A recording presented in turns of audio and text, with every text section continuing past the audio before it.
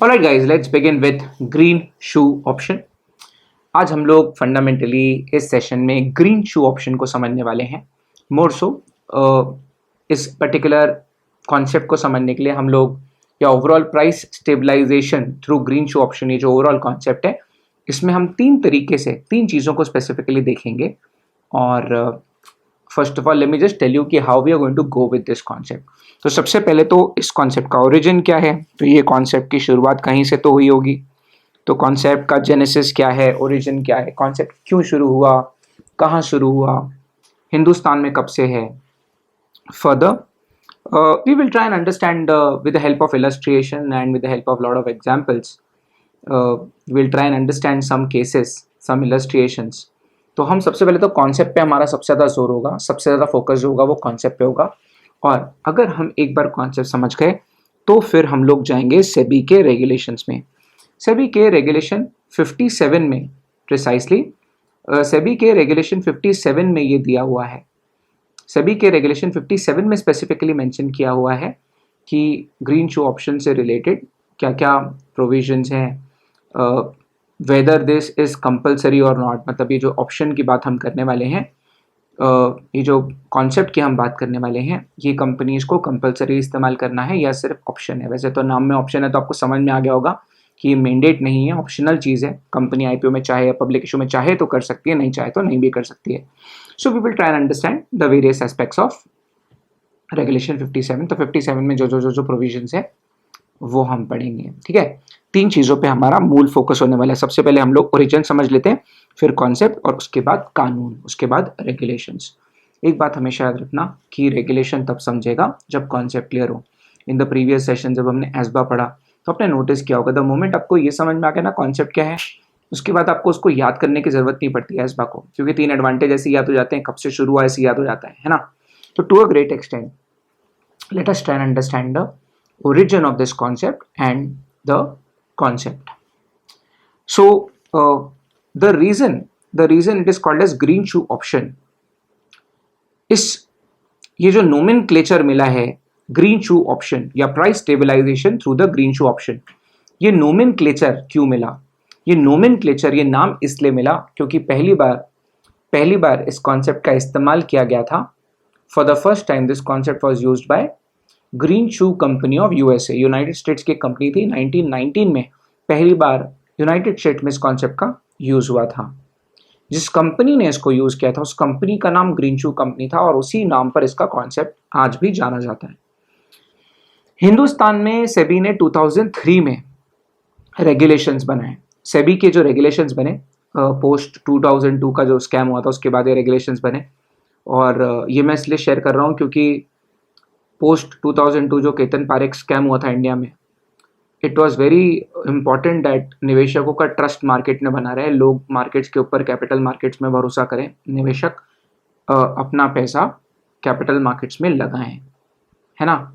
तो 2002 में क्राइसिस हुई, 2002 में स्कैम हुआ इंडिया में, निवेशकों का कॉन्फिडेंस, भरोसा टूटा था।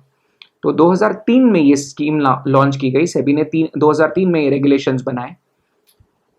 Again I am telling you the timeline because 2002 में निवेशकों के साथ थोड़ा उनका ट्रस्ट डेफिसिट आया था मार्केट्स के प्रति। बहुत सारे निवेशक सोचते थे कि यार केतन पारेख ही मार्केट चला रहा है।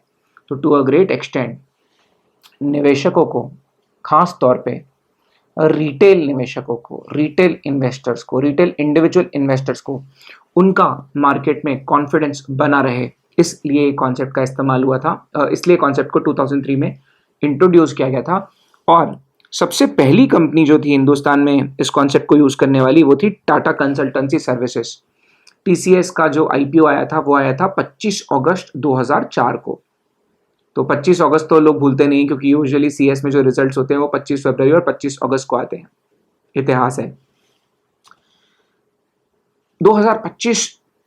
2004 it was used for the first time in India. Hindustan में पहली बार इस ऑप्शन का इस्तेमाल किया गया था टीसीएस के आईपीओ में। Now let us try and understand the concept. अब हम लोग इस कॉन्सेप्ट के बारे में थोड़ा सा समझने की कोशिश करते हैं। ठीक है, तो क्या कॉन्सेप्ट है जी? What is the concept? Let us try and understand.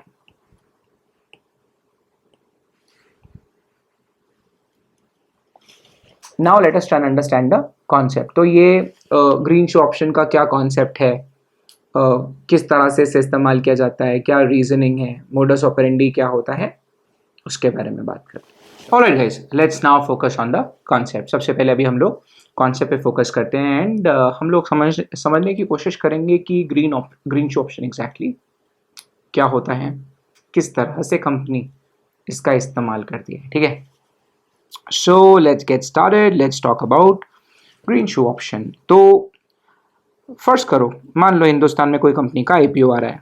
Suppose कोई भी कंपनी हिंदुस्तान में अगर आईपीओ लेकर आ रही है या पब्लिक इशू लेकर आ रही है, ठीक है, तो होता क्या है, अगर कंपनी चाहे तो मेरे वर्ड्स को बहुत क्लियरली सुनिएगा, ये कंपलसरी नहीं है। किसी भी पब्लिक इशू में अगर कंपनी चाहे तो ग्रीन शू ऑप्शन का इस्तेमाल कर सकती है। ये पर्टिकुलर प्राइस स्टेबलाइजेशन का मेथड का इस्तेमाल हो सकता है, कंपनी के डिस्क्रिशन पे होता है। इट इज़ नॉट कंपलसरी कि इस ऑप्शन का इस्तेमाल हो ही।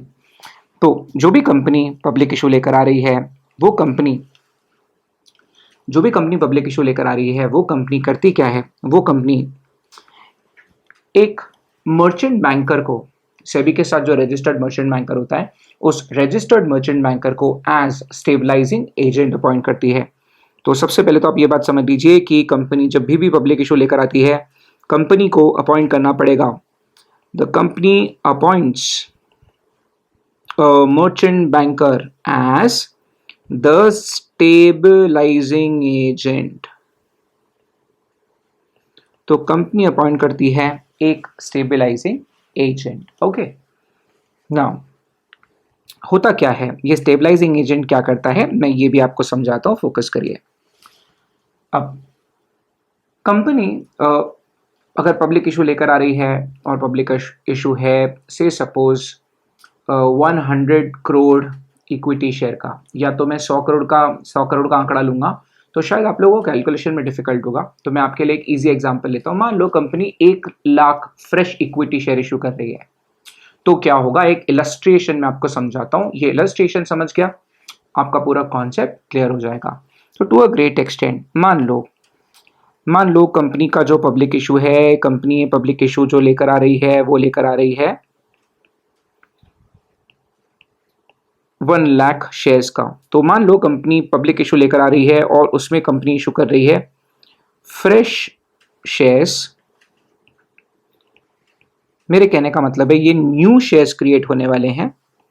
अगर कंपनी फ्रेश इशू क्वांटम में 1 लाख शेयर्स का ला रही है, मेरे कहने का मतलब अगर कंपनी 1 लाख शेयर्स इशू कर रही है, तो एग्जैक्टली क्या होगा मैं आपको वो समझाता हूं। तो अगर कंपनी पब्लिक इशू लेकर आ रही है, सबसे पहले तो कंपनी अगर ग्रीन शू ऑप्शन को इस्तेमाल करना चाहे तो कर सकती है, ऑप्शन है, कंपल्शन नहीं है। अगर कंपनी चाहती है कि वो ग्रीन शू ऑप्शन को इस्तेमाल करे, कंपनी अपॉइंट करेगी किसी ना किसी से भी रजिस्टर्ड मर्चेंट बैंकर को एज द स्टेबलाइजिंग एजेंट। अब अगर कंपनी का फ्रेश इशू है, मतलब अगर हम इस पर्टिकुलर पब्लिक इशू में 1 लाख शेयर्स इशू कर रहे हैं, तो ऐसे केस में होता क्या है, जो ये स्टेबलाइजिंग एजेंट होता है, स्टेबलाइजिंग एजेंट की जिम्मेदारी होती है कि स्टेबलाइजिंग एजेंट कंपनी के एग्जिस्टिंग प्रमोटर्स से या किसी बड़े शेयर होल्डर से कुछ शेयर्स बोरो करे। होता क्या है, ये जो स्टेबलाइजिंग एजेंट हम अपॉइंट करते हैं, ये किसी ना किसी कंपनी के एग्जिस्टिंग शेयर होल्डर, कंपनी के किसी ना किसी एग्जिस्टिंग शेयर होल्डर, जरूरी नहीं है वो प्रमोटर हो भी सकता है, नहीं भी हो सकता है, किसी ना किसी एग्जिस्टिंग शेयर होल्डर जो भी कंपनी का एग्जिस्टिंग शेयर्स होल्ड करता है, अच्छी क्वांटिटी में होल्ड करता है, मे बी 5% या उससे ज्यादा कंपनी के शेयर होल्ड करता है, क्योंकि पब्लिक इशू आ रहा है, दैट डज नॉट मीन कि पब्लिक इशू के पहले कंपनी एग्जिस्ट नहीं करती थी, उसके शेयर्स नहीं थे, उसके शेयर होल्डर्स नहीं थे, तो नेचुरली इस इशू के पहले भी शेयर होल्डर्स रहे होंगे। तो स्टेबलाइजिंग एजेंट जो है, स्टेबलाइजिंग एजेंट एग्जिस्टिंग किसी शेयर होल्डर से कुछ शेयर्स बोरो करेगा। क्या करेगा क्लास, कुछ शेयर्स उधार लेगा। हम एग्जिस्टिंग शेयर होल्डर से कुछ शेयर्स क्या लेने वाले हैं, हम एग्जिस्टिंग शेयर होल्डर से कुछ शेयर्स उधार लेंगे, बोरो करेंगे। ठीक है, कुछ ना कुछ शेयर्स हम लेंगे उधार में। We will be borrowing some of the shares. तो हम लोग कुछ शेयर करेंगे बोरो। ठीक है, क्या हो रहा है समझ आ रहा है आपको? यहाँ पे कंपनी 1 लाख शेयर्स का अगर फ्रेश इशू लेकर आ रही है, अगर हम न्यू शेयर्स 1 लाख क्रिएट कर रहे हैं, तो अगर हम ये ऑप्शन का इस्तेमाल करते हैं, ग्रीन शू ऑप्शन का इस्तेमाल करते हैं, तो हमारा जो भी स्टेबलाइजिंग एजेंट अपॉइंटेड होगा वो हमारे एग्जिस्टिंग कंपनी के शेयर होल्डर जो होंगे, इशू आने के पहले जो हमारे शेयर होल्डर्स थे, उनसे कुछ शेयर्स लेगा, उधार में बोरो करेगा। ठीक है, अच्छा, मैक्सिमम कितने शेयर्स बोरो किए जा सकते हैं उसकी एक लिमिट है। सो मैक्सिमम 15% किए जा सकते हैं। फ्रेश इशू साइज जो होगा उसका 15% इज द मैक्सिमम लिमिट। तो हम लोग मैक्सिमम शेयर्स कितने उधार ले सकते हैं? 15,000। क्यों 15,000 ले सकते हैं? This is the maximum limit. So maximum हो सकता है 15% ऑफ द फ्रेश इशू। तो जो हमारा फ्रेश इशू 1 लाख शेयर्स का है, तो हम 1 लाख का मैक्सिमम 15% शेयर्स ही बोरो कर सकते हैं। ठीक है, अब होगा क्या उसको समझाता हूं मैं। तो हमने 1 lakh shares fresh shares create किए हैं और 15,000 शेयर्स हमने उधार लिए हैं। हमारे एग्जिस्टिंग शेयर होल्डर्स से हमने कुछ शेयर्स क्या लिए हैं, ये मैं बार बार रिपीट कर रहा हूं because I want you to be aware about this. This is a very important piece of information. तो ये हमने कुछ एग्जिस्टिंग शेयर होल्डर्स से कुछ शेयर्स उधार लिए हैं। अब होता क्या है क्लास, पब्लिक इशू में, अब जो ये हमारा पब्लिक इशू है, इस पब्लिक इशू में हम लोग करेंगे क्या, हम लोग पब्लिक को 1 lakh fresh shares plus 15,000 borrowed shares issue करेंगे। ऑफ कोर्स इसकी अथॉरिटी अथॉराइजेशन लेनी पड़ती है। We have to pass a special resolution अगर हम ये करना चाहते हैं तो। लेकिन अगर हम इस ऑप्शन का इस्तेमाल कर रहे हैं तो होता क्या है क्लास, ये जो भी शेयर्स हमने क्रिएट किए 1 लाख प्लस 15,000 शेयर्स, ये हम लोग इशू कर लेते हैं पब्लिक को। ठीक है, पब्लिक को इशू करने का प्रोसेस क्या होता है, पिछले ही वीडियो में मैंने आपके लिए एक स्पेसिफिक वीडियो बनाया है। वो 5 मिनट का वीडियो है, लेकिन बिलीव मी उसकी एडिटिंग, उसका पूरा तामझाम करने में मुझे 2-3 दिन लगे। वो आपके पास जब चीज़ आई है तो वो 5 मिनट का दिखेगा आपको, बट आप अगर पूरे ICDR रेगुलेशंस देखोगे तो पूरे ICDR रेगुलेशंस, सेबी के प्रोविजंस, पूरे कंपनीज एक्ट 2013 के सारे प्रोविजंस उसमें मैंने डाल के वो प्रोसेस आपके तक पहुंचाया है। तो भले वो 5 मिनट का है बट उसमें बहुत कंटेंट है, तो उसमें हमने प्रोसेस देखा था। यहाँ पे क्या होगा, हम पब्लिक को इशू कर देंगे ये 1,15,000 शेयर्स। आपने बिल्कुल सही सुना, 1 लाख फ्रेश शेयर्स इशू किए हमने, प्लस 15,000 शेयर्स बोरो किए हुए किए। अब नेचुरली, क्योंकि पब्लिक को क्या पता ना कौन से शेयर्स उनको मिल रहे हैं, वो तो IPO में आए हैं, वो लोग को तो शेयर से मतलब है, वो लोग आए हैं IPO में शेयर्स खरीदने। उन लोगों को पब्लिक इशू में अलॉटमेंट चाहिए, उन लोग को मतलब नहीं है, उनको क्या पता वो बोरोड शेयर्स खरीद रहे हैं, फ्रेश शेयर्स खरीद रहे हैं। तो उन लोग को तो पब्लिक इशू आया है, IPO आया है, तो हिंदुस्तान में आप देखिए किस तरह सा हाल है, कोई IPO में अलॉटमेंट ही नहीं हो रही, इतनी भीड़ है, सब लोग अपने खजाने खाली करके बैठ जाते हैं IPO में, सबको पैसे शेयर चाहिए होते हैं।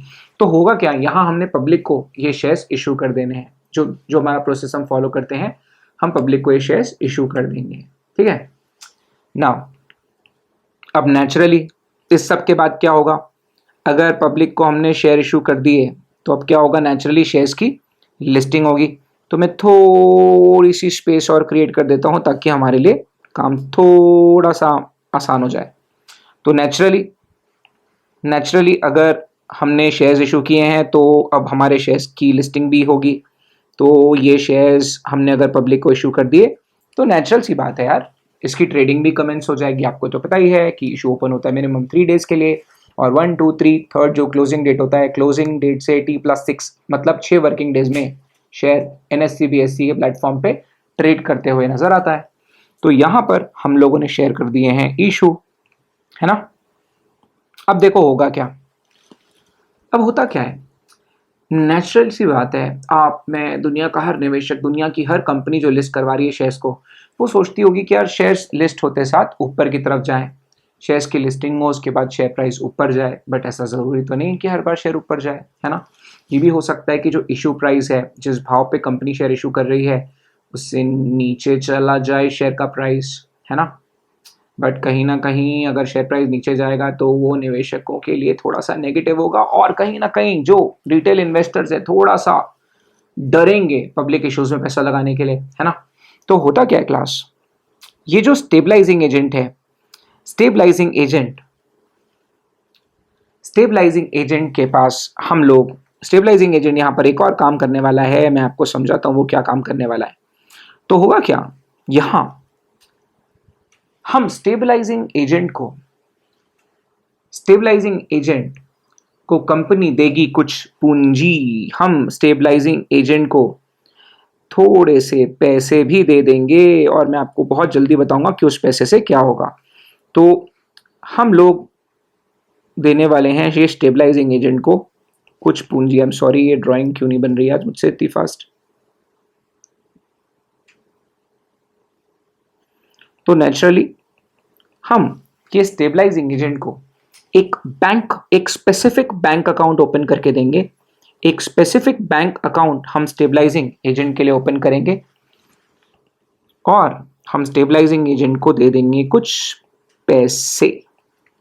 और एक और खास बात यह होगी कि इनको हम एक डीमैट अकाउंट भी खोल के देंगे। सो स्टेबलाइजिंग एजेंट जो होगा, स्टेबलाइजिंग एजेंट को एक डीमैट अकाउंट और एक बैंक अकाउंट भी ओपन होके मिलेगा। सो डीमैट अकाउंट भी है, एक स्पेशल बैंक अकाउंट भी है। अब इस स्टेबलाइजिंग एजेंट को हमने दे दिए हैं कुछ पैसे, ठीक है। Let's make it cover colourful, why so black.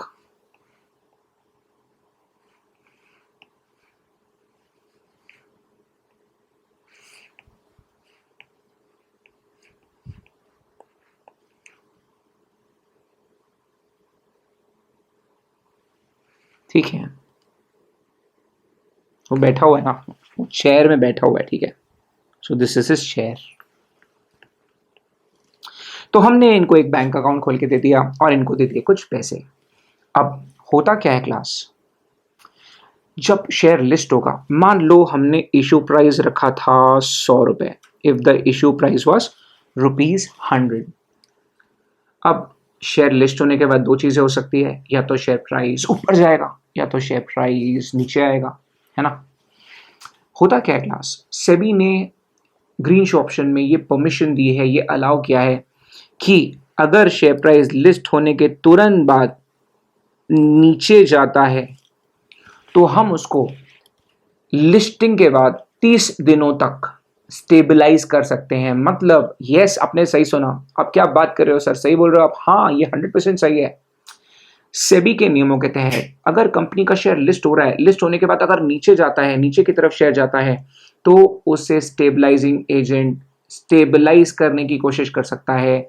हम कोशिश कर सकते हैं कि हम इशू, जैसे ही कंपनी का शेयर लिस्ट होता है, लिस्ट होने के 30 दिन तक हम लोग इस शेयर प्राइस को स्टेबलाइज कर सकते हैं। कैसे? ऑफ कोर्स, ये जो पैसा दिया है, ये पैसे से हम लोग क्या करेंगे,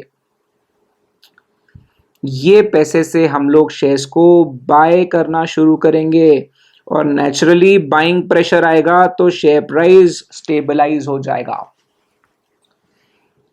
जहां शेयर प्राइस नीचे गया वहां हमने क्या करना है, और पैसा लगाएंगे और शेयर यहां पर बाय करना शुरू कर देंगे। We will keep on buying the shares. I hope you are understanding guys.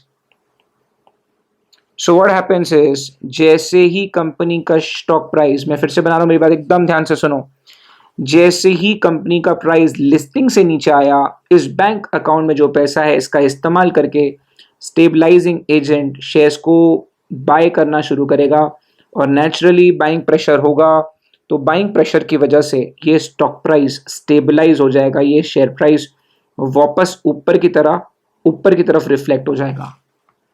ये 30 दिन तक के सेबी ने अलाउ किया है। कितने दिन के लिए? 30 डेज के लिए। ये स्टेबलाइजिंग कितने दिन के अलाउड है class? This is allowed for 30 days after listing. तो जिस दिन हमारा शेयर लिस्ट होता है, this stabilising mechanism can go on for 30 days but not more than that. दो लिमिट्स अभी तक पड़ी है। एक, हम लोग फ्रेश इक्विटी शेयर जितने इशू कर रहे होंगे उसका मैक्सिमम 15% हम लोग शेयर्स ओवर अलॉट कर सकते हैं। यहां हुआ क्या, फ्रेश इक्विटी शेयर्स थे 1 लाख, हमने 15% तक शेयर्स हम बोरो कर सकते हैं। कितने? मैक्सिमम कितना कर सकते हैं? फ्रेश इशू जितना भी होगा उसका मैक्सिमम 15% हम बोरो कर सकते हैं शेयर्स एग्जिस्टिंग शेयर होल्डर से, और ओवर अलॉटमेंट जो है वो भी 15% पॉसिबल है। और यहाँ मैक्सिमम कितने दिन के लिए स्टेबलाइजेशन करना अलाउड है? 30 डेज के लिए स्टेबलाइजेशन करना अलाउड होगा।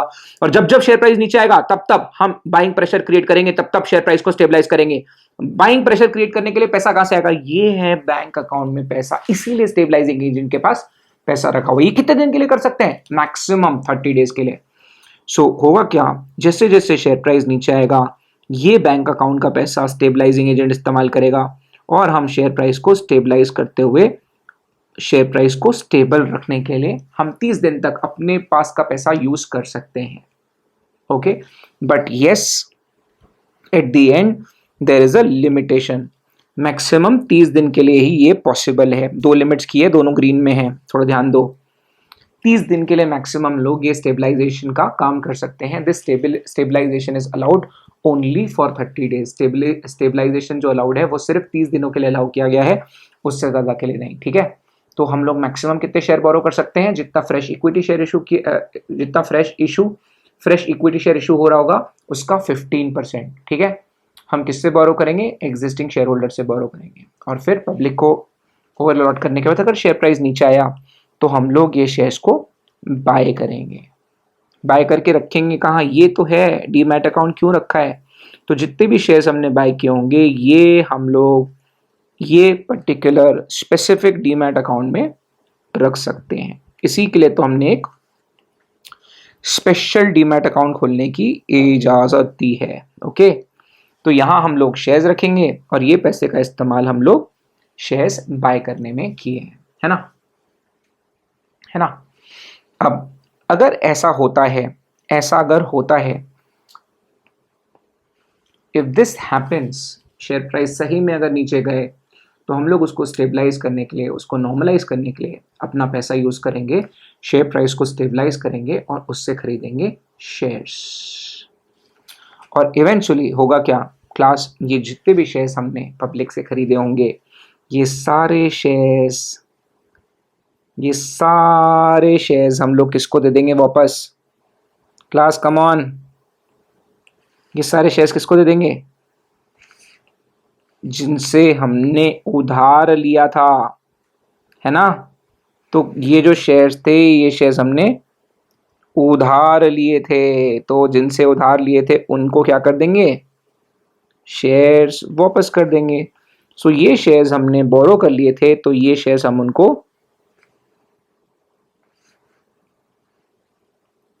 वापस दे देंगे। ठीक है, कब वापस देंगे? Within 2 working days of end of the stabilisation period.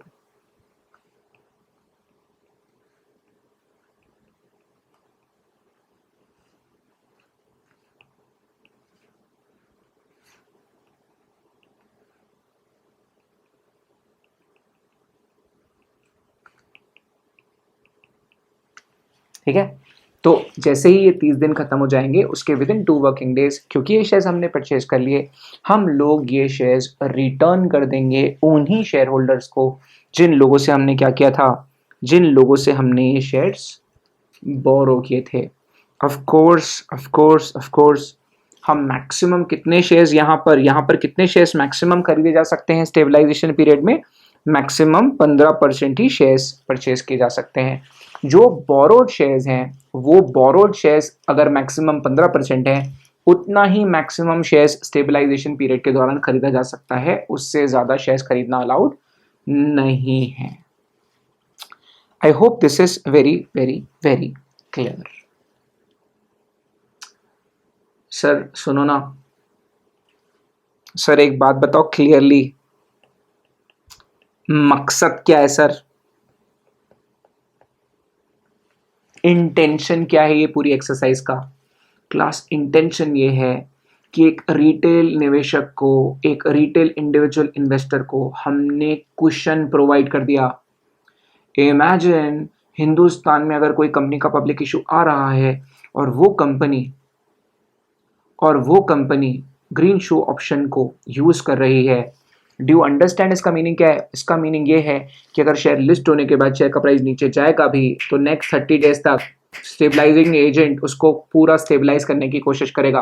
As a retail निवेशक मेरे मन में तो ये बात तय हो गई है, मेरे मन में तो ये बात आ गई कि भाई इसके बाद से हिंदुस्तान में जितने आईपीओ आएंगे, अगर मैंने किसी का भी ऑफर डॉक्यूमेंट प्रोस्पेक्टस पढ़ा और उसमें मैंने देखा कि कंपनी ने ग्रीन शू ऑप्शन का इस्तेमाल किया है, मैं तो आंख बंद करके पैसे लगा दूंगा। क्यों? क्योंकि इशू लिस्ट होने के बाद अगर शेयर ऊपर गया, अगर प्राइसेस ऊपर गए, तब तो मैंने प्रॉफिट बुक कर लेना, 20-30%, 40% प्रॉफिट बुक करो, घर को जाओ। अगर शेयर प्राइस नीचे आया भी तो कंपनी उसको नीचे आने नहीं देगी, कंपनी स्टेबलाइजेशन मैकेनिज्म का इस्तेमाल करेगी और नेक्स्ट 30 डेज तक जब जब शेयर नीचे आएगा तब तक कंपनी ये पैसे का इस्तेमाल करेगी, शेयर को स्टेबलाइज करेगी। और मुझे तो 2 दिन में समझ जाएगा ना, अगर लिस्टिंग अगर इशू प्राइस के नीचे हो रही होती है तो मैं स्टेबलाइज भी हो गया, तो मेरा पैसा तो वैसे भी 8-9-10 ही दिन फंसा हुआ था आईपीओ में, मैं अगर सेम प्राइस पे भी निकल गया, अगर 100 रुपए मैंने लगाए थे और 100 रुपए में भी निकल गया, तब भी मुझे बुरा नहीं लगेगा, है ना। तो रिस्क रिवॉर्ड तो जबरदस्त हो गया। एज अ रिटेल इन्वेस्टर मुझे बहुत खुशी हो रही है ये बात जानकर कि हिंदुस्तान में सेबी ने अलाउ करके रखा है, अगर हिंदुस्तान में कोई कंपनी है वो ऐसे मैकेनिज्म का इस्तेमाल कर रही है, as a retail investor I am very happy. क्यों? क्योंकि शेयर लिस्ट होगा, ऊपर गया तो मेरा प्रॉफिट, अगर नीचे गया तो ये स्टेबलाइजेशन मैकेनिज्म का इस्तेमाल होगा, स्टेबलाइजिंग एजेंट जो होगा वो पैसे का इस्तेमाल करेगा, शेयर को परचेस करेगा और शेयर प्राइस स्टेबल हो जाएगी, मैं स्टेबल प्राइस पे निकल जाऊंगा। एटलीस्ट 100 रुपए का शेयर है तो 100 रुपए में निकल जाऊंगा। एज अ रिटेल इन्वेस्टर मुझे अद्भुत खुशी है इस बात की, मुझे बेहद खुशी है इस बात की कि ये मैकेनिज्म मेरे लिए हो रहा है। सेबी ने 2003 में कॉन्सेप्ट लाया ही क्यों था? हिंदुस्तान में सेबी चाहती थी कि जितने रिटेल इन्वेस्टर्स हैं वो जो पैसे जमीन में लगा रहे हैं, गोल्ड में लगा रहे हैं, वो पैसा जमीन और गोल्ड में ना लगा के शेयर्स में लगाएं। कैपिटल मार्केट्स में हिंदुस्तान जब कंपनी आईपीओ लेकर आ रही है उस वक्त ये पैसा मार्केट में आना चाहिए। This was the intention. हम रिटेल इन्वेस्टर्स को कुशन देना चाहते हैं, रिटेल इन्वेस्टर्स के लिए हम लोग कुशन क्रिएट कर रहे हैं कि भाई 30 दिन तक तू टेंशन मत ले, अगर शेयर लिस्ट हुआ, शेयर प्राइस नीचे गया, 30 डेज स्टेबलाइजिंग एजेंट बैठा हुआ है शेयर प्राइस को स्टेबल करने के लिए। इतने हद तक सेबी ने काम किया हुआ है रिटेल इन्वेस्टर्स के लिए, ठीक है। तो आई hope you understood this mechanism, but yeah, this was only one question that I wanted to talk about। तो ये मैंने एक क्वेश्चन आपके लिए, ये आपकी तरफ से मैंने खुद को पूछा कि सर ये मकसद क्या है? मकसद ये है कि रिटेल इन्वेस्टर्स के लिए क्वेश्चन क्रिएट किया है। इंटेंशन इज हम हिंदुस्तान के सभी रिटेल इन्वेस्टर्स को मार्केट की तरफ अट्रैक्ट करना चाहते हैं। हम चाहते हैं कि हिंदुस्तान के ज्यादा से ज्यादा निवेशक अपनी पूंजी को, अपने जमा पूंजी को, अपने सेविंग्स को कैपिटल मार्केट्स की तरफ चैनलाइज करें और ना कि गोल्ड या रियल एस्टेट की तरफ। ओके, इंटेंशन समझा ग्रीन शू ऑप्शन का? This was the intention. मैंने क्या बोला था? 2002 में केतन पारेख स्कैम हुआ था, हिंदुस्तान में निवेशकों का भरोसा उड़ गया था मार्केट से, और वो भरोसे को वापस, वो एक रिस्पाइट देने के लिए इन्वेस्टर्स को, वो भरोसे को वापस कायम करने के लिए, वो ट्रस्ट को वापस लाने के लिए ये पर्टिकुलर कॉन्सेप्ट लाया गया था। Okay okay, so I hope this answers your question. ये आपके माइंड में जरूर क्वेश्चन आया होगा कि साला कर क्यों रहे हैं। अब दूसरा क्वेश्चन आपके माइंड में आया होगा कि सर सुनो ना, जब इतनी तामझाम करनी थी, जब सेबी ने सब लीगली करके रखा हुआ है, तो सर मेरे को एक बात बताओ, ये एग्जिस्टिंग शेयर होल्डर से उधार लेने की क्या जरूरत थी? जहां 1 लाख शेयर क्रिएट किए वहां 1,15,000 शेयर क्रिएट करते और 15,000 ज्यादा शेयर इश्यू कर देते। अबे पगलो, section 67 companies act 2013, company can not purchase its own shares. अबे अगर कंपनी खुद के शेयर इशू करती, अगर कंपनी ने फ्रेश शेयर्स इशू किए होते, अगर कंपनी खुद के फ्रेश इक्विटी शेयर क्रिएट करके उसको वापस मार्केट से खरीदती तो 67 के अगेंस्ट होता। 67 नहीं होता, खरीद के डिस्ट्रॉय करना होता तो बायबैक के नियम फॉलो करने पड़ते, या तो 66 रिडक्शन के नियम फॉलो करना पड़ते। अरे भाई, अगर मेरे कंपनी के खुद के शेयर्स हैं, मेरी कंपनी, पहली बात तो ये है कि उसको परचेस करना रेस्ट्रिक्टेड है, कंपनी उसको परचेस करके अपने नाम पे ट्रांसफर कर ही नहीं सकती। या तो उसको खरीद के जलाना पड़ेगा, कैंसिल करना पड़ेगा, रिडक्शन करना पड़ेगा, या तो खरीद के एक्सटिंग्विश करना पड़ेगा, बायबैक करना पड़ेगा, जिसमें रिडक्शन और बायबैक के पूरे कंडीशन फॉलो करने पड़ेंगे। इतनी तामझाम। That is the reason shares have been borrowed. That is the reason ये शेयर्स को हम क्या कर रहे हैं? बोरो कर रहे हैं। इसीलिए शेयर्स को बोरो किया जा रहा है, ना कि फ्रेश इशू। ओके, बट चलो, I hope these 2 questions are very very very clearly answered. तो ये दोनों सवालों का जवाब मैंने आई होप वेरी क्लियरली दे दिया होगा। अब नेचुरली आपके दिमाग में और भी क्वेश्चन आया होगा। मेरे हिसाब से एक क्वेश्चन जो आपके माइंड में तुरंत आना चाहिए, नहीं आया है तो मैं लेकर आता हूं उसको आपके दिमाग में। सर ये भी तो हो सकता है कि शेयर प्राइस गिरे ही ना, शेयर प्राइस गिरे ही ना। ये I hope this is very very very clear, है ना। I hope this is very very very clear. ये केस तो पूरा क्लियर हो गया है। तो एक केस तो मैं आपके सामने यहां पर लिख देता हूं भाई, केस 1, भाई केस 2, केस 3। दुनिया में हर वो चीज जो संभव हो सकती है यहां पर मैं आपके सामने लिख देता हूं। केस 1 के बारे में तो मैं ऑलरेडी बात कर चुका हूं, तो बस मैं उसको आपके सामने लिखने की इसलिए कोशिश करूंगा ताकि आपको थोड़ी सी क्लैरिटी आ जाए। सॉरी। अभी केस 1 में हुआ क्या है? केस 1 में एग्जैक्टली क्या हुआ है? शेयर प्राइस एक्चुअल में गिरे, है ना। केस 1 में क्या हुआ? लिस्टिंग के बाद शेयर प्राइस सही में गिरे, तो स्टेबलाइजिंग एजेंट ने क्या किया? शेयर्स ओपन मार्केट से परचेज किए, ताकि शेयर्स को परचेज करेंगे तो नेचुरली डिमांड क्रिएट होगा शेयर्स का और ऊपर की तरफ शेयर जाएगा। शेयर्स परचेज करने के बाद हमने क्या किया?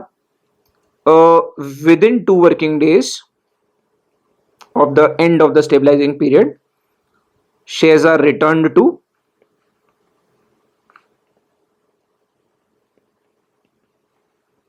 shareholders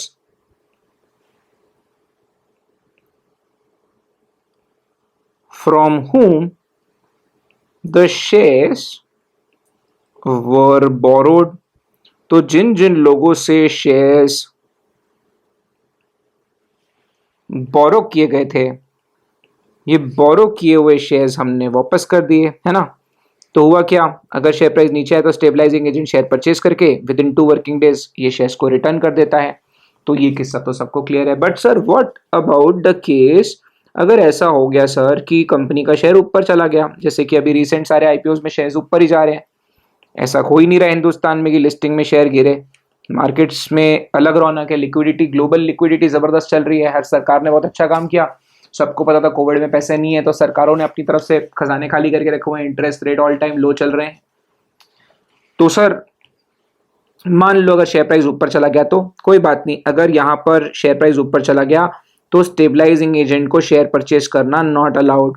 सो यहां पर हम लोग कोई शेयर परचेज नहीं करेंगे। यहां पर stabilising agent will not purchase, here there will be no share purchase. तो क्योंकि शेयर प्राइस ऊपर चला गया है, हमको शेयर्स खरीदने की जरूरत नहीं पड़ेगी, क्योंकि हमें शेयर को स्टेबलाइज करने की नौबत ही नहीं आई। शेयर प्राइस ऑलरेडी ऊपर है और ऊपर जाने वाले शेयर को और ऊपर नहीं भेजना अलाउड है। जो गिर गया उसको संभालना अलाउड है। स्टेबलाइजिंग एजेंट, स्टेबलाइजिंग मैकेनिज्म नाम है इसका। नाम ये नहीं है कि शेयर ऊपर जा रहा है तो उसको और हवा देंगे हम। That is not allowed. आग में घी नहीं डालना है, ये तो ऑलरेडी आग लगी हुई है मार्केट में, तो कुछ नहीं करना है। तो यहां पर शेयर परचेज नहीं होगा। तो क्या होगा? यहां company will create new shares, eventually company will transfer to stabilizing agent shares to stabilizing agent, or stabilizing agent within 5 working days of the end of stabilizing period will return to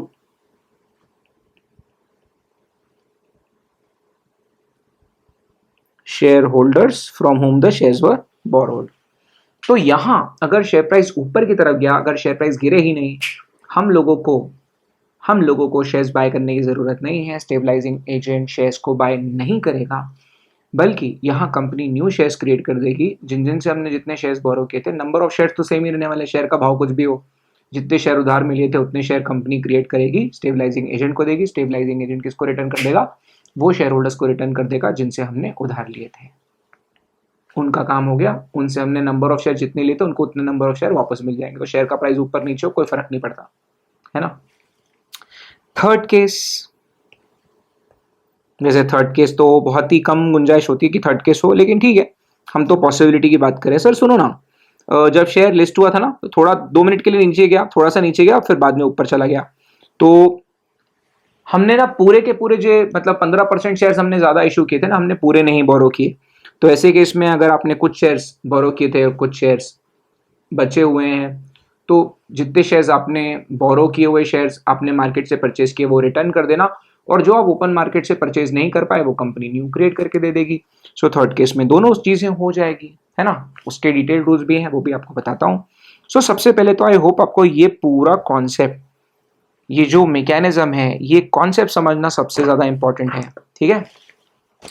इसके कुछ FAQs जो आपके दिमाग में आ सकते हैं, मैं आपके साथ एक बार डिस्कस कर लेता हूं and eventually we will move forward and we will check out regulation 57। तो यहाँ हुआ क्या क्लास, मकसद क्या था, आपको मकसद समझा। मकसद ये है पगलों, अब आप इमेजिन करो पब्लिक इशू हिंदुस्तान में आता है, अगर कंपनी ने ग्रीन शू ऑप्शन, ये जो मैकेनिज्म है, स्टेबलाइजिंग मैकेनिज्म बोलते हैं इसको, stabilising through green shoe option, तो अगर इस ऑप्शन का कंपनी इस्तेमाल कर रही है, अगर this option is being used by the company, ऐसे केसेस में अगर ये ऑप्शन का इस्तेमाल हो रहा होगा, ऐसे केसेस में कंपनी अपॉइंट करेगी एक किसी ना किसी मर्चेंट बैंकर को as stabilising agent. Stabilising agent क्या करेगा, जितने कंपनी फ्रेश शेयर्स इशू कर रही होगी उसका मैक्सिमम 15% एग्जिस्टिंग शेयर होल्डर, जो कंपनी में ज्यादा शेयर होल्ड करते होंगे, उनसे बोरो कर लेगा। बोरो किए हुए शेयर्स को फ्रेश इक्विटी शेयर्स के साथ ओवर अलॉट कर दिया जाएगा। ओवर अलॉट मैक्सिमम कितना कर सकते हैं, बोरोइंग और ओवर अलॉटमेंट की लिमिट क्या है, फ्रेश इक्विटी शेयर जितना इशू कर रहे होंगे उसका 15%।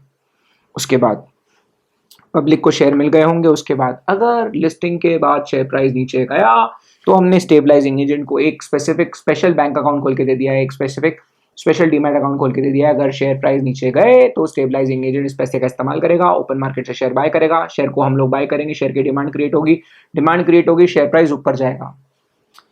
ये जो शेयर्स हमने बाय करके रखे हुए हैं, ये हमारे स्पेसिफिक डीमैट अकाउंट में रखे हुए हैं। जैसे ही ये 30 दिनों का समय खत्म हो जाएगा, उसके 2 वर्किंग डेज के अंदर हम लोग ये शेयर, सारे के सारे शेयर जो हमने ओपन मार्केट से खरीदे हैं, ये उन्हीं को वापस कर देंगे जिन लोगों से हमने शेयर्स को बोरो किया था। ठीक है, कितने दिन के अंदर, with in 2 working days. Limits कौन सी आई, मैक्सिमम ओवर अलॉटमेंट कितना अलाउड है, 15% ऑफ फ्रेश इक्विटी शेयर्स जो क्रिएट हो रहे हैं। मैक्सिमम कितना हम लोग बोरो कर सकते हैं, 15% of the total fresh issue. कितने दिन तक अलाउड है स्टेबलाइजिंग, 30 डेज। स्टेबलाइजिंग पीरियड के बाद हमको कितने दिन के अंदर शेयर होल्डर्स को, एग्जिस्टिंग शेयर होल्डर्स को शेयर्स वापस कर देने पड़ेंगे, within 2 working days of the end of the stabilising period. अगर शेयर नीचे गिरा ही नहीं तो कोई बात नहीं, शेयर मार्केट से शेयर बाय करने की जरूरत नहीं है। कंपनी न्यू शेयर क्रिएट कर इशू कर देगी और वो दे देगी स्टेबलाइजिंग एजेंट को। Stabilising agent within 5 working days of the end of the stabilising period वापस कर देगा उन शेयर होल्डर्स को जिन शेयर होल्डर से हमने शेयर्स बोरो किए थे। ठीक है, at the end of the day, what is the purpose sir, what is the reason, क्या मकसद है, what is the reason, सारी चीज़ों का जो रीज़न है वो सबसे इंपॉर्टेंट है। ये रिटेल निवेशकों के लिए किया गया है। रिटेल निवेशक हिंदुस्तान में पब्लिक इश्यूज में, आईपीओज में पैसा लेकर आए। कंपनीज के लिए रिसोर्स मोबिलाइज करना, इक्विटी मार्केट से फंड रेज करना आसान हो जाए, हिंदुस्तान में कॉस्ट ऑफ कैपिटल कम हो जाए, इसीलिए ये काम किया गया। हम चाहते हैं रिटेल इन्वेस्टर, जो लोग डरते हैं मार्केट में पैसा लगाने से, जो लोगों को ये भ्रम है कि इक्विटी मार्केट बहुत ही ज़्यादा रिस्की होते हैं, मार्केट्स में तो कुछ भी हो सकता है, स्पेक्यूलेटिव है, उन लोगों को हम एक क्वेश्चन देना चाहते हैं कि आओ करके देखो, आईपीओ में पैसा डाल के देखो, शुरू तो करो। मिनिमम एप्लीकेशन साइज भी हमने देखा कि 10,000 से 15,000 रखी गई है ना, तो एक छोटा निवेशक भी 10,000 से 15,000 रुपए मार्केट में लगा सकता है। तो एक लॉट साइज इसलिए 10 से 15,000 का रखा गया है। एक कदम वहाँ वो उठाया गया। उनके लिए हमने एसबा फैसिलिटी दी है कि भाई तेरे बैंक अकाउंट में जो पैसा है उसके ऊपर तेरे को इंटरेस्ट लॉस भी नहीं होगा, तेरे को रिफंड के लिए भी रुकना नहीं पड़ेगा। तू मार्केट में पैसा लगा, आईपीओ में पैसा लगा, अगर नीचे गया शेयर तो स्टेबलाइजिंग मैकेनिज्म के यूज़ करके उसको हम लोग शेयर प्राइस को स्टेबल भी करेंगे। 30 डेज तक तू डिसीजन ले पाएगा, तुझे पैसे वापस निकालने होंगे, वापस निकाल लेना। ये सारा तामझाम, ये पूरा ग्रीन शो ऑप्शन जो है, the very intention of bringing this in the market is to ensure कि हिंदुस्तान का रिटेल इन्वेस्टर भी सोचे पब्लिक इश्यूज में पैसा लगाने के बारे में। Hope this concept is very very very clear. Now we will be getting into the regulation 57। जैसा कि मैंने आपको पहले बोला कि हम 3 चीज़ें देखेंगे। पहले तो ओरिजिन कहाँ से हुआ, अमेरिका की कंपनी थी, 1919 में उस कंपनी का नाम था ग्रीन शो ऑप्शन, इसीलिए इसका नाम हिंदुस्तान में भी अभी इसको जनरली ग्रीन शो ऑप्शन ही बोला जाता है। सेकेंड, हिंदुस्तान में सबसे पहले किसने इशू किया था, टीसीएस, 25 अगस्त 2004। पहली बार हिंदुस्तान में इस ऑप्शन का इस्तेमाल टीसीएस ने किया था, जिसको एक्चुअल में यूज करने की जरूरत नहीं थी क्योंकि शेयर प्राइस ऊपर ही गए थे। फर्दर फिर हमने देखा कॉन्सेप्ट, और अब हम जा रहे हैं सेबी के आईसीडीआर रेगुलेशंस के रेगुलेशन 57 को पढ़ने के लिए। 2018 जो नया ICDR नियम है उसमें रेगुलेशन 57 इसके बारे में बात करता है. Let us check out regulation 57 which provides for green shoe option. So let's get started with regulation 57. हम लोग अब रेगुलेशन 57 को एक बार पूरा रीड करेंगे. वैसे तो अगर आपने कॉन्सेप्ट समझ लिया है तो ये बिल्कुल केक वॉक होगा, but yes we need to go through it once. So number 1, regulation 57 ICDR regulations. Issuer चाहे तो ये कर सकता है. The first thing that I would like you to precisely note is this is an option and not a compulsion. Company चाहे तो ये option का इस्तेमाल कर सकती है, नहीं चाहे तो नहीं भी कर सकती, कंपल्सन नहीं है. फर्दर आपको पहले तो एक रेजोल्यूशन पास करना पड़ेगा. आई एम सॉरी, पहले मैंने स्पेशल रेजोल्यूशन बोला था जबकि सिर्फ ऑर्डिनरी रेजोल्यूशन की ज़रूरत पड़ती है. तो आपको रेजोल्यूशन पास करना पड़ेगा शेयर होल्डर्स का. आपको जो भी आपका merchant banker as lead manager appointed होगा उसी लीड मैनेजर को आप एज स्टेबलाइजिंग एजेंट अपॉइंट करेंगे. और ये आपको जिक्र करना पड़ेगा, ठीक है. मतलब पहले तो स्टेबलाइजिंग एजेंट के साथ आपका अग्रीमेंट हो जाएगा. दूसरा, आप the stabilising agent has entered into agreement with promoters और with pre issue shareholders. तो कंपनी को स्टेबलाइजिंग एजेंट के साथ एक अग्रीमेंट करना होता है. दूसरा, जो स्टेबलाइजिंग एजेंट होता है वो किसी न किसी कंपनी के प्रमोटर या प्री IPO जो शेयर होल्डर होगा उनके साथ अग्रीमेंट करेगा. तो ये प्री IPO 2 अग्रीमेंट्स होते हैं. ऑफ कोर्स जो हमने बोला, जो जिस चीज़ की हमने बात की है, पूरा जो हमने समझा उसी के लिए अग्रीमेंट होता है कि स्टेबलाइजेशन का काम जो है वो lead manager as stabilising agent करेगा. और स्टेबलाइजिंग एजेंट जो है वो एग्जिस्टिंग शेयर होल्डर से शेयर बोरो करके रिटर्न करने का एक अग्रीमेंट करेगा. मैक्सिमम 15% ही बोरोइंग हो सकती है, उससे ज़्यादा नहीं. फर्दर उसके बाद कितना पैसा कितने शेयर्स ओवर अलॉट करने हैं वो भी डिटरमाइन कर लिया जाएगा. ये लीड मैनेजर स्टेबलाइजिंग एजेंट मिलकर डिसाइड कर सकते हैं. मटेरियल डिस्क्लोजर्स जो हैं हम लोग को ड्राफ्ट ऑफर डॉक्यूमेंट में ऑफर डॉक्यूमेंट में मेंशन करने पड़ेंगे. In case the IPO pre issue share holders and promoters and in case of further FPO pre issue share holders more than. अब ये मे वाली कंडीशन है तो ये ज़रूरी नहीं है, बस मैं आपको बता रहा हूँ क्या लिखा है यहाँ पे. IPO के पहले या पब्लिक इशू के पहले जो शेयर होल्डर्स थे जिनके पास 5% या उससे ज़्यादा शेयर है, उन लोगों से कर चाहे तो हम बोरो कर सकते हैं. कर तो हम किसी से भी सकते हैं, लेकिन अक्सर जो लोग मेजॉरिटी शेयर होल्डर है जो 5% से ज़्यादा शेयर लेकर बैठे हुए हैं उनसे शेयर बोरो किए जा सकते हैं. है, कंपल्सन नहीं है. Further the specified securities borrowed shall be in demat form and allocation जो होगा वो प्रोरेटा बेसिस पे होगा सक्सेसफुल एप्लीकेंट्स को. तो जो भी शेयर्स हम बोरो करेंगे वो डीमैट फॉर्म में होने चाहिए. For the purpose of stabilisation of post listing price, the stabilizing agent shall determine relevant aspects including the timing of buying such securities, quantity to be bought, and the price at which the securities are to be bought.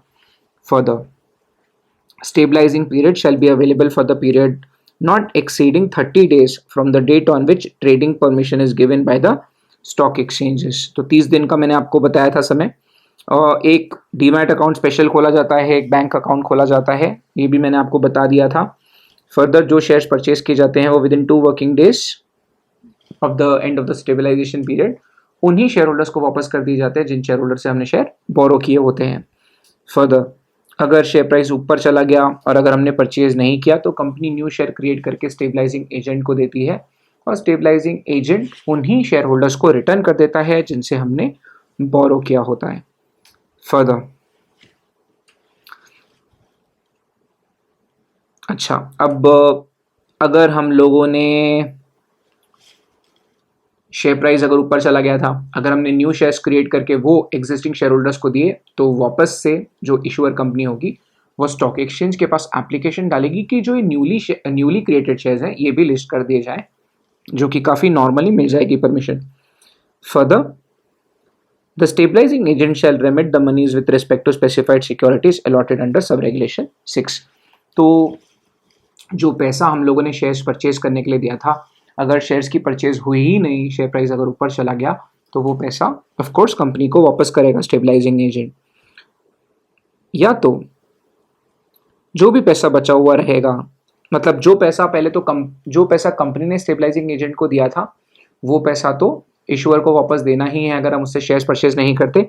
Any money left After the remittance of money to the issuer under sub-regulation 8 and deduction of expenses by stabilizing agent shall be transferred to the investor protection fund. तो क्या होता है class, कभी कभी अगर share purchase करके कुछ मुनाफा हो जाता है, क्या होता है अगर इशू प्राइस से शेयर नीचे गया, स्टेबलाइजिंग एजेंट ने नीचे में शेयर परचेज किए क्योंकि हमको स्टेबलाइज करना है, शेयर प्राइस को ऊपर लेके जाना है, तो हमने नीचे में परचेज किया लेकिन शेयर प्राइस बहुत ऊपर भाग गया किसी भी रीजन की वजह से। अगर स्टेबलाइजिंग एजेंट को ये स्टेबलाइजिंग मैकेनिज्म के वक्त कुछ भी मुनाफा अगर होता है, प्रॉफिट किसी भी प्रकार का एक्स्ट्रा का प्रॉफिट होता है, क्योंकि प्रॉफिट कमाने का इंटेंशन यहाँ सेबी ने दिया नहीं आपको, सेबी ने आपको शेयर प्राइस स्टेबलाइज करने के लिए इजाजत दी है। तो यहाँ पर अगर आपने शेयर की खरीदी बिक्री करके मुनाफा बनाया तो investor education and protection fund में चला जाएगा, वो पैसे हमारे प्रॉफिट में नहीं आते हैं, ठीक है। तो वो पैसा हम लोगों को इन्वेस्टर एजुकेशन प्रोटेक्शन फंड में डालना पड़ेगा। Further the stabilising agent shall submit a report to the stock exchange on daily basis during the stabilization period and final report to the board in the specified format. Further, जो भी shares हम लोगों ने purchase किए होंगे stabilization के वक्त, तो stabilising agent shall maintain a register for the period for at least 3 years from the date of end of stabilising period and such register shall contain 1 names of the promoters और pre issue share holder जिनसे हमने share बोरो किए थे, and कितने share हमने बोरो किए थे एक एक से, the price, date, time in respect of each transaction effected during the stabilization period। तो जो जो परचेज हुए थे उसके बारे में जिक्र करना पड़ेगा। The details of allotment made by issuer on the expiry of stabilization period। तो अगर शेयर्स कंपनी ने क्रिएट किया और स्टेबलाइजिंग एजेंट को देकर फिर हमने रिटर्न किया, उसकी भी लिस्ट देनी पड़ेगी। तो मोटा मोटा guys I hope this is very clear. ये तीनों सिचुएशंस मैंने आपको समझा दी, शेयर ऊपर गया तो क्या होता, नीचे गया तो क्या होता, कुछ शेयर बाय किए कुछ नहीं किए तो क्या होता। तो this is very clear. Again एक एक कंडीशन को थोड़ा ज़्यादा ही डिटेल में मैं भावुक होकर आपके साथ शेयर कर रहा हूँ। यहाँ पर बहुत ज़्यादा कई बार मैंने भावुक होकर डिटेल्स शेयर की हुई है, सिर्फ एक जगह पर ना यहाँ पर रेगुलेशन 45 लिख दिया गया है, तो बस आप नोट कर लेना कि ये रेगुलेशन 45 जो है ना, ये ICDR रेगुलेशन, पुरानी वाली रेगुलेशन का रेगुलेशन 45 हुआ करता था। This is now regulation 57। तो ICDR रेगुलेशंस 2018 जो अभी हम लोग पढ़ रहे हैं, पहले वो होता था सेबी ICDR रेगुलेशंस 2018 में उसे अमेंड कर दिया गया। तो पहले ग्रीन शू ऑप्शन के प्रोविजंस जो थे वो रेगुलेशन 45 में थे, बट अभी जो नया कानून है जो हमें पढ़ना है उसमें वो 57 में ही मेंशन है, तो वो 45 पुराना वाला मेंशन किया हुआ है। So guys I hope this is clear. Share नीचे गया तो क्या होगा, ऊपर गया तो क्या होगा, I hope this is very very very clear. ये सारी चीज़ें तो सिर्फ चलो रीडिंग तो एक फॉर्मेलिटी थी, असली मकसद तो ये था।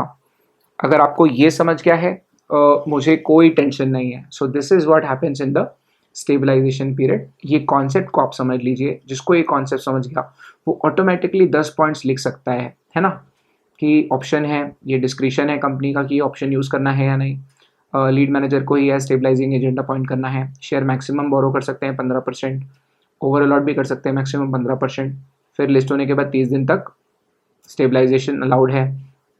स्टेबलाइजिंग एजेंट को हम एक ट्रेडिंग अकाउंट मतलब एक demat account, trading account plus पैसे दे देंगे, बैंक अकाउंट खोल के दे देंगे। शेयर नीचे गया परचेज करेंगे, ऊपर गया परचेज नहीं करेंगे। शेयर अगर नीचे गया हमने परचेज किया तो परचेज किए हुए शेयर्स को विदिन 2 वर्किंग डेज हम एक्सिस्टिंग शेयर होल्डर जिनसे हमने शेयर्स बोरो किए थे उनको हम वापस कर देंगे। अगर शेयर ऊपर चला जाता है, अगर हम परचेज नहीं करते तो कंपनी न्यू शेयर क्रिएट करेगी, स्टेबलाइजिंग एजेंट को देगी और stabilising agent within 5 working days of the end of the stabilisation period वापस कर देगा शेयर होल्डर्स को। I hope guys this is very very very clear. तो ये जो 3 केसेस थे और ये जो इलस्ट्रेशन मैंने आपको बताया, अगर आपका ये क्लियर है तो you will have no troubles at all. Okay, so I hope you got the concept. Thank you guys, you have a lovely audience. We meet for the next session. हम लोग अगले सेशन में बात करेंगे anchor investors के बारे में। Thank you, bye bye.